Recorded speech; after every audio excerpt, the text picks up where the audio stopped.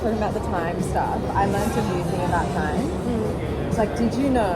So a knot. So say like you have a string and you loop it over itself, right? So like if you give me my scarf, Oh, yeah. I'll show you. So like, okay, let me do this. So this, Okay. Time. like that. Do you see how it's like Oh, overlapped? yeah. Yeah, like hold it like that. Like hold this side, and I'll hold this side, like that, right? Oh, yeah. So that in 3D, we can undo that. But in 2D they can't. Oh, so if I draw a line like this, yes. like But in overlap. 3D, it's moldable. Like, it's malleable. Yeah, because there's a third dimension that I can actually use to pull it out. But if I were to draw a line like that overlapping each other in 2D, those two-dimensional beams are stuck with that. They wouldn't be able to untie that knot because there's no third dimension to lift the string over itself. So they'd be stuck. So like that, and then in 4D, this actually doesn't, like the loop would just fall loose. Yeah. Because like the three dimensions hold it solid, and the fourth dimension would make that null and void. Yeah. So just like that, just like time, because time is a 4D construct. Yeah. Just like time is to us in the 3D, this phenomena of the looping thing is like what time is to the 4D people for the 2D people for us, if that makes sense. Wait, so like, I'm lost now. Like we can't, like, damn. So I can untie a knot in 3D, Yeah. but the two-dimensional beings can't untie that knot. Just like the 4D beings are transcendent of time, Yeah. but in 3D we're stuck in the confines of time. So like, which is why we think time is linear, because we're so zoomed in. We're seeing from this tiny perspective. What D are we linear. seeing it through? We're seeing it through 3D. Yeah. Which makes it seem linear, like past, present, future, Yes. like a line. Yes. But when you zoom out of 3D, you realize that the line is actually a circle or a sphere or like something that's incomprehensible to us because we're in 3D. Whoa. Yeah. Well. So that's like, time is like, it's like, Yeah, I don't well. know, it's like, Oh my god, I know what you're saying so now. we are the 2D beings Yes. that can't untie the knot, Yeah. but in relation to time. But we think we can. Wait, no. We don't know we can. Yes, we don't know. Yeah. We don't know, but like, Yes, I get what you're saying, because We we're can 2D in living in a 3D. 3D. And Yeah. because we're living in the 3D, we actually kind of, we don't know. yes, Yes. Well, Yes. we can't if we're engaged within 3D, but if you transcend this 3D into 4D whilst like being in this 3D Yeah, life, then it you can automatically manipulate time. Yes. Which is what we're doing Yes. Yeah. by talking to like our past selves and our future selves. Yeah. That's yes. like a 4D thing yeah. to do. Like that's not. Okay, I get what We're you're not saying. conforming to the rules of the linear time. Yeah.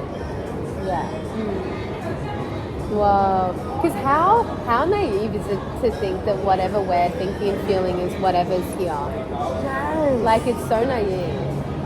And we're so self-absorbed to the point where we can't experience, or we don't even think there's more to it than what we know. You know? Yeah. It's the same thing with like how just how like animals view things differently as well, and then like when scientists figure that out, like how they see things differently and whatnot, and like, you know, like we're so naive to it. We're so naive. Yeah. That's crazy. I love the knot thing. Wow. Yeah. People are too in the box. People just think too in the box about things. About everything. Very limited, very narrow-minded, Yeah. not open. Which is crazy because I feel like ever since I was young, and I understand people have this thought as well, but I don't think they have it. It's not a regular awareness, like maybe you and I have, but like, I don't understand how people can be philosophical once in their life and then not again. Because the fact that we're just Or like, do it when they're having drugs, yeah, and that's it. and then they think about it. When it's like, what do you mean? Like, I know people make TikToks about it and whatnot, but I don't think people really grasp the concept of the fact that we are just randomly like born into this world and like have a consciousness and are like born into a life where like there's this like fragmented like set of society and rules that we're supposed to follow and whatnot. Like I feel like people just completely forget that, or the fact that we can like have thoughts and that things grow from the earth and that we live in like a, like I know that's like, it's like a, that sounds so silly, but like when you think of that, it's like if that can happen, like so many things can happen. Like the absurdity that we are on a floating rock in outer space. Yeah, like that. I don't think people always say. View. Yeah, like people always say that, but I don't think they actually fully know. Yeah. I think if they zoom out too much and they think about it, it's like it's too scary. Yeah. But see, I think it makes me excited when I think about that, and it probably makes you excited. It makes me expand and Yes. more open and hopeful, excited. Yeah. I feel like people don't want to think like that. I handle it because I think because we're high feeling and we've probably like been incarnated so many times that we know it in our soul. Whereas they're new to the game and they're like baby souls maybe like hobbling away like everything's so big and scary. Yeah. And we're like, it just feels familiar to us. Like so it's not scary because we know deep down that this is a thing. Yes. I love how they said it in a really similar quote in White Lotus, right? Which is so funny in season 3. One of the monks says it about being a droplet of the ocean, and the ocean is the universe, and we are just as a mere droplet experiencing itself and whatnot. There's so many like pictures and illustrations. I wrote a poem about that the other day. And when I read that, it made me think of that as well. But when was the first time you had that thought? So that thought came from Teal Swan, who's like an incredible philosopher. She's the reason I had my first spiritual awakening. Oh, really? I started watching her on YouTube when I was like 16 or 17 or 18. Yeah. Like end of high school. And she is a psychic and sort of philosophical spiritual speaker on YouTube. Has a huge following. And she's very intellectual and philosophical and spiritual all in one. Yeah. Anyway, the things she says is so profound, you can't understand it. It's trippy. And one of the videos, she has some videos explaining what the universe is from her perspective and what consciousness is and stuff. Yeah. And she used that analogy. And I believe that analogy, the infinite ocean of consciousness analogy, is actually from an Arabic poet. Arabic poet, I believe. Yeah. I should know the source, but I think it's like the most beautiful way to explain it, right? Because I've always had that thought that specific metaphor is like stunning. Yeah. Like it's such a good way to explain it. Because it's like the infinite ocean is showing that reality is infinite and that it's actually fluid. Yes, I love connecting everything to water. You know what I was thinking about how you said that squirting? Can we talk about that? Yes, we can talk about it, yeah. How you said that squirting felt like a spiritual orgasm compared to a normal orgasm. It made me think about how specifically I relate females to water, how I was talking before, and that whole phenomenon with the skirt and stuff. Can you tell them that? Because I think that's amazing. How I think like the reason why in history women have been depicted wearing skirts and dresses and why we lean more towards it, or even when men or like just people wear them, it's because we're hinting at that. I kind of don't like using feminine energy, but in this phrase, I don't know what else to say, so I'm just going to say that. Is because like that feminine energy and like women in general are like fluid like water and like can mold to like many different shapes. Like when you put water in this or in this, it's like all different shapes, right? And it's this idea of like a skirt moves and it has energy when you move with it, right? And it's like this idea that it like flows like water. Yeah, it flows like water, and it flows and it has energy flowing like a lot of women do as well. It's not stagnant. Our rooms are down there. It makes sense that we're wearing a skirt to let that keep that in. Yeah. It just makes sense. Yeah. It also makes me think of that analogy you said, how when Elizabeth had sex, like heterosex, that it's like the male is the perfect square and then the female is the spiral. What's that? The Fibonacci. Yeah, the Fibonacci spiral. Yeah. It's the same kind of vibe.